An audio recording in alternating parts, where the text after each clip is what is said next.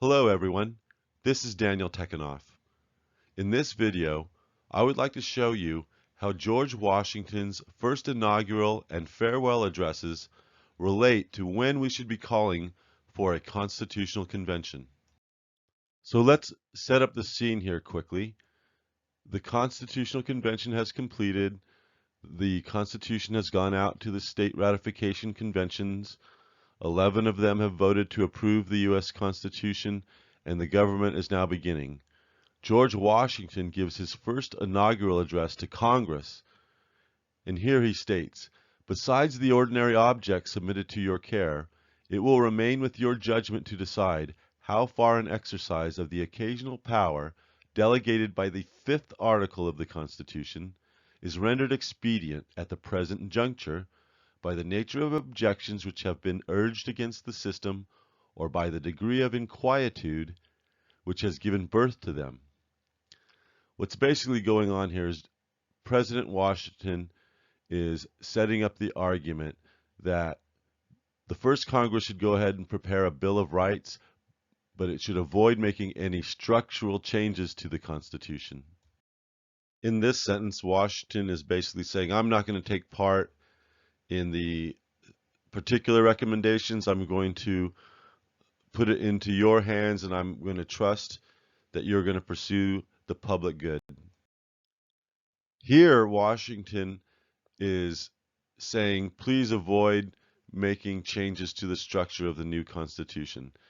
He's saying, carefully avoid every alteration which might endanger the benefits of a united and effective government, or which ought to await the future lessons of experience. This is a second part of a promise that was essentially made during this period, that if the first Congress would go ahead and prepare a Bill of Rights, then somewhere in the future a second convention should be called after experience shows us where there are defects in the structure of the Constitution. In this passage, Washington is encouraging the preparation of a Bill of Rights rather than addressing any of the structure or powers of the new Constitution.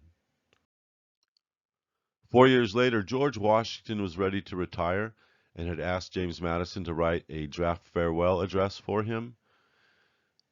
It ended up that many people encouraged Washington not to retire, and he ended up staying on for another 4 years. In the course of that 4 years, there was a split between the original framers, and Washington and Madison had somewhat of a falling out. Madison went with Jefferson, and so Washington had asked Alexander Hamilton to help him revise and complete his farewell address. So in the final version of Washington's farewell address, there are still portions of it that are Madison's original draft, and here is part of that. And what we're looking at in particular is this portion at the bottom, where Madison is talking about how the Constitution should be passed because it wisely contains within itself a provision for its own amendment, as experience may point out its errors. And this is important because this was part of this whole two-part promise that was made by the framers, that if the Constitution was approved, a Bill of Rights would be prepared in the first Congress, but a second convention for addressing any sort of defects in the theory of free government, that those would be addressed later on down the road once time and experience showed those to us. But we still have not gone into that second convention. And this is the second part of the Madison passage. All of this gets excised by Hamilton. But notice this language at the top. It's sort of weak, seems to promise everything that can be expected from such an institution. Hamilton will make that language much stronger. So we're now looking at about 4 years later. This is May 15, 1796. Washington sends a letter to Hamilton with Madison's old draft and some of Washington's markups to it, and Washington actually keeps this part of the original Madison draft. Washington tells Hamilton to go ahead and make corrections, try to make it as perfect as you can. And specifically, Washington asks Hamilton to uh, cut out some of the language, make it not so verbose. Madison had a tendency to be verbose. He asked him to eliminate some of the needless repetition and expressed that his wish was to present this in a plain, honest, simple style. And Washington had also asked him to delete certain parts. So in Hamilton's first draft of July 30 of 1796, we see that he continues to make reference to the provision for amendment, but he deletes the sentence about experience teaching us when to make those amendments. He also makes the first part a bit more powerful. He deletes several phrases and he replaces them with this phrase: in the distribution and of its powers uniting energy with safety. That's a really important concept in a written constitution. You want the government to have energy, but you want the people to be safe from the government actually using that energy against the people itself. A little more than a month later, Washington sends a letter back to Hamilton on August 25 of 1796, basically saying he likes Hamilton's draft a lot better. It's a lot more specific on material points. It's more dignified on the whole and has less egotism. Washington apparently got to the point where he was a bit tired of Madison's ego. Okay, so now we're going to go ahead and look at the specific passages from Washington's farewell address that teach us about when we should be going back into a constitutional convention. And I'm going to use the page numbers out of this publication. This was a featured Senate publication from 2000, where the Senate went ahead and published Washington's farewell address. And this is now available for free to the public in digital form. And so in order that you can go to the page numbers that I'm citing, it's important to know this is the version that I'm using of Washington's farewell address. And so you can download this yourself. So here's the final version of the passage that we've been looking at.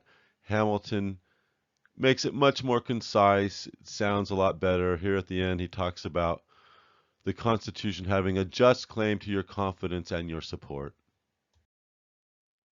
Then here the passage goes on where Hamilton is making the point that the moral obligation to follow the laws is connected to the fact that there is a constitutional convention clause that protects the people's right to alter their own constitution. This passage reflects the framers' understanding that constitutional amendments are supposed to be an explicit and authentic act of the whole people. And if you go to a constitutional convention, the elections should be by the whole people, not just by the state legislatures. And then at the second part of this passage, again, Washington and Hamilton are emphasizing that the very idea that the people have the right to establish government through a written constitution presupposes that they have a duty to obey that established government. But then this raises the question, what if the Constitutional Convention Clause itself is defective? In this passage, Washington emphasizes that we should resist with care the spirit of innovation upon the principles of the Constitution. He's not advising to never amend the Constitution. He's saying that when you amend, it should be consistent with the principles of the theory of free government. Here, Washington is making two main points. He is saying that when you make changes to the Constitution, avoid taking away the energy of the government to do its basic tasks. The other thing, which is what we've been talking about, is that in all changes, remember that time and habit are at least as necessary to fix the true character of governments as of other human institutions, that experience is the surest standard by which to test the real tendency of the existing constitution of a country. In this passage, Washington again emphasizes the role of experience in making changes to a constitution, and he's also again giving this basic advice: keep as much vigor in the government as you can. You want a strong government. When you have a strong government, people are less likely to resort to violence and other wrongful actions. And this may be one of the most interesting parts of the whole farewell address. Here, Washington is saying that if the people think that there's something wrong with the constitutional powers, he's not talking about individual rights or the Bill of Rights here. He's talking about changes in the powers and structure of the Constitution. He's saying, stick to the path that the Constitution provides. Amend by the path that the Constitution designates. The Constitution designates two paths: amendments by Congress itself or amendments by a constitutional convention of delegates elected by the people directly, not appointed by the state legislatures. And so he's being very clear here to the people: protect your right to amend the Constitution. Make sure the state legislatures don't try to usurp.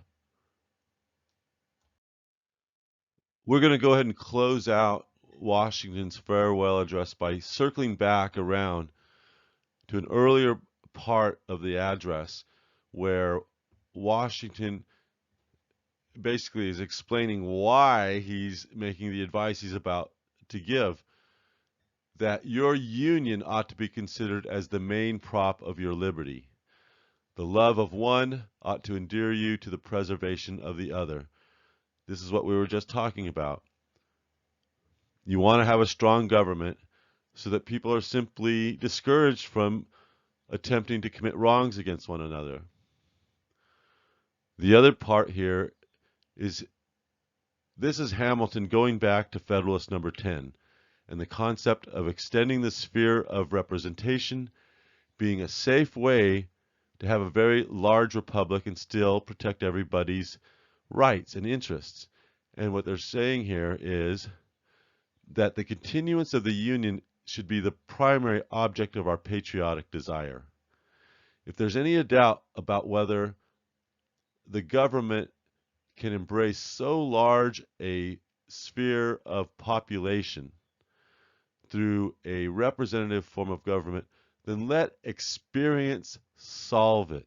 What they're saying here is, over the course of time, you have to maintain your representation system, and you have to figure out a way to make sure that everybody still has true representation. Perhaps the most important wisdom imparted to us by Washington's farewell address is this: that to the efficacy and permanency of your union, a government for the whole is indispensable, meaning all of the people, not a government of the state legislatures. He's saying here, alliances between the parts cannot ever be an adequate substitute. Experience has shown us that the state legislatures are not capable of governing the national system. The proper way to govern the national system when it's time to amend is to go to a constitutional convention of the people, where those delegates are directly elected by the people for all of our safety. For further study, I invite you to take a look at my book, Guide to the First Article 5 Convention of the People.